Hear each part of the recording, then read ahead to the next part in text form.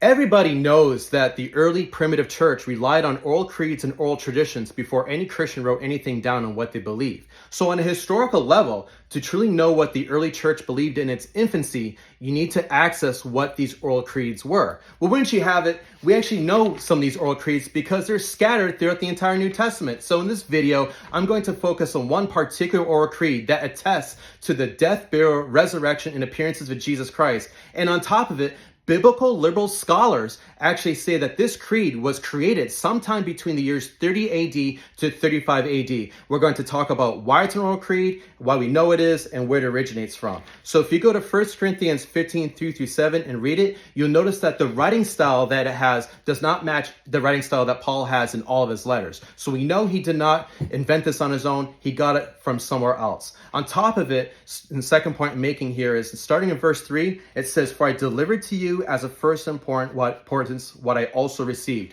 Phrases such as delivered and received are rabbinic technical phrases that are used to show that holy tradition is being passed on. Remember, Paul is Jewish, so he's using rabbinic phrases that he's familiar with to pass on holy tradition. The next point I'm going to bring up is what scholars call the triple hoti. You'll notice that in this section, it says, "and that he was buried, and that he was raised the third day, and that he appeared to Cephas." When you translate that phrase, "and that," to Greek, it comes out to kai hoti, kai hoti.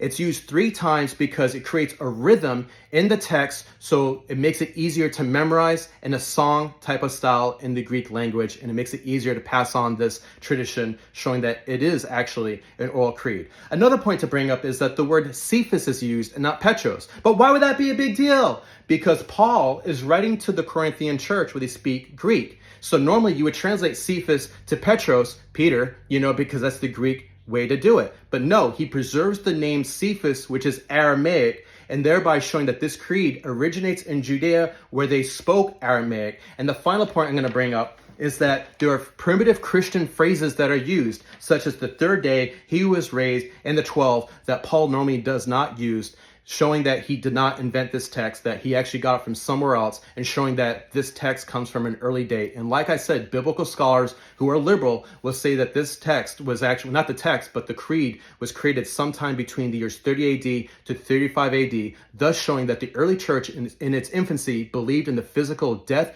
burial, resurrection of Jesus Christ and Jesus' appearances, showing that the early church in its infancy also had a high Christological view.